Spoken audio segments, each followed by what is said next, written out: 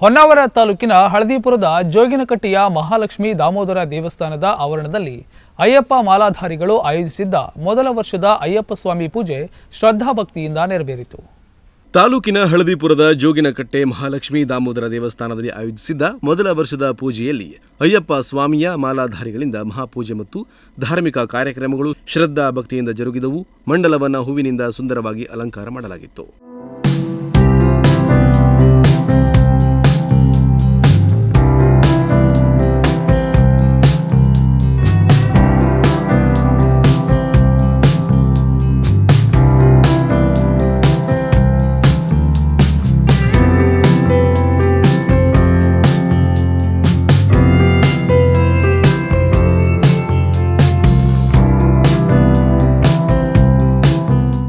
ಶ್ರೀ ಅಯ್ಯಪ್ಪ ಸ್ವಾಮಿ ದೇವರ ಫೋಟೋಗೆ ಅಭಿಷೇಕ, ಅಲಂಕಾರ ಪೂಜೆ, ಪುಣ್ಯಪ್ರದವಾದ 18 ಮೆಟ್ಟಿಲುಗಳಿಗೆ ಶ್ರೇಷ್ಠ ಪಡಿಪೂಜೆ ನಡೆಸಲಾಯಿತು.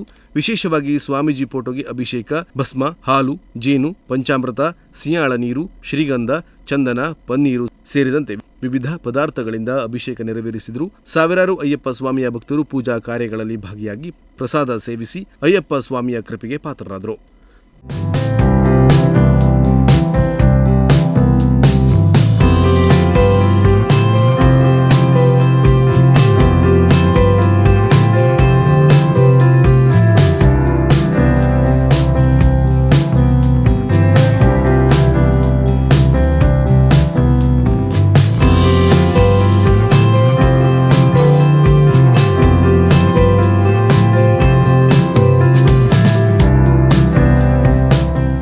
ಈ ವೇಳೆ ಗುರುಸ್ವಾಮಿಯೊಬ್ಬರು ಮಾತನಾಡಿ, ಇದು ಮೊದಲನೇ ಬಾರಿಗೆ ಇಲ್ಲಿ ಸನ್ನಿಧಾನ ಮಾಡಿ 40ಕ್ಕೂ ಹೆಚ್ಚು ಮಾಲಾಧಾರಿಗಳು ಸೇರಿಕೊಂಡು ಅಯ್ಯಪ್ಪ ಸ್ವಾಮಿಗೆ ವಿಶೇಷ ಪೂಜೆ, ಮಹಾಪೂಜೆ, ಮಹಾಪ್ರಸಾದ ನೆರವೇರಿದೆ. ಕೆಲವು ಮಾಲಾಧಾರಿಗಳು ಶಬರಿಯಾತ್ರೆಗೆ ಹೋಗುವವರಿದ್ದಾರೆ. ಈ ಮಹಾಪೂಜೆಯಲ್ಲಿ ಸಾಕಷ್ಟು ಸಂಖ್ಯೆಯಲ್ಲಿ ಭಕ್ತರು ಭಾಗಿಯಾಗಿ ಸ್ವಾಮಿಯ ಕೃಪೆಗೆ ಪಾತ್ರರಾಗಿದ್ದಾರೆ. ಅಯ್ಯಪ್ಪ ಸ್ವಾಮಿ ಎಲ್ಲರಿಗೂ ಒಳಿತು ಮಾಡಲಿ ಎಂದು ಹೇಳಿದರು.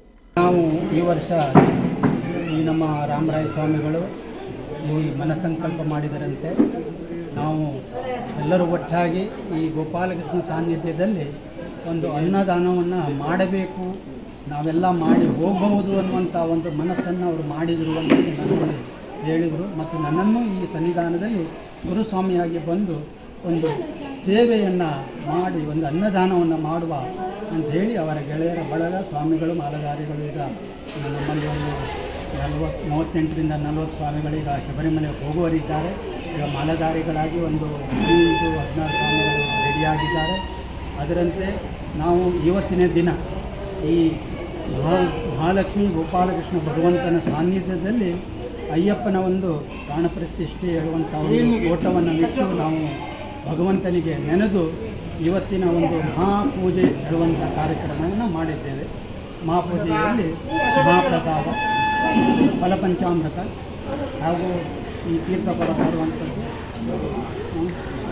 ಅನ್ನದಾನ, ಮಹಾನ್ನದಾನ ಇದೆಲ್ಲವನ್ನು ನಾವು ಮಾಡಿ ಭಕ್ತರಿಗೆ ನಮ್ಮ ಅಯ್ಯಪ್ಪನ ಪ್ರಸಾದ ರೂಪದಲ್ಲಿ ನಾವು ಪ್ರಸಾದವನ್ನು ಕೊಟ್ಟಿದ್ದೇವೆ. ಅದರಂತೆ ಎಲ್ಲ ಸ್ವಾಮಿಗಳಿಗೂ ಮತ್ತು ಬಂದಂತಹ ಮೀಡಿಯಾದವರಿಗೂ ಮತ್ತು ನಮ್ಮ ನೆರೆದಂಥ ಭಕ್ತ ಸಮೂಹಕ್ಕೂ ಎಲ್ಲರಿಗೂ ಸುಖ, ಶಾಂತಿ, ನೆಮ್ಮದಿ, ಆರೋಗ್ಯವನ್ನು ಕೊಟ್ಟು ಎಲ್ಲರೂ ಸರ್ವಜನವೂ ಸುಖಿನೋ ಭವಂತು ಅನ್ನುವಂತೆ ಎಲ್ಲರಿಗೂ ಒಳ್ಳೆಯದಾಗಲಿ ಅಂತ ಹೇಳಿ ನಾನು ಅಯ್ಯಪ್ಪನಲ್ಲಿ ಮತ್ತು ಈ ಮಹಾಲಕ್ಷ್ಮಿ ಗೋಪಾಲಕೃಷ್ಣ ಭಗವಂತನಲ್ಲಿ ಪ್ರಾರ್ಥನೆಯನ್ನು ಮಾಡುತ್ತೇನೆ. ಮಹಾಪೂಜೆ ಬಳಿಕ ನಡೆದ ಅನ್ನ ಸಂತರ್ಪಣೆ ಕಾರ್ಯಕ್ರಮದಲ್ಲಿ ಸಾವಿರಾರು ಭಕ್ತರು ಅಯ್ಯಪ್ಪ ಸ್ವಾಮಿಯ ಪ್ರಸಾದ ಸ್ವೀಕರಿಸಿ ಕೃತಾರ್ಥರಾದರು. ರಾಜೇಶ್ ಜೊತೆಗೆ ವಿಶ್ವ, ನುಡಿಸಿರಿ ನ್ಯೂಸ್, ಹೊನ್ನಾವರ.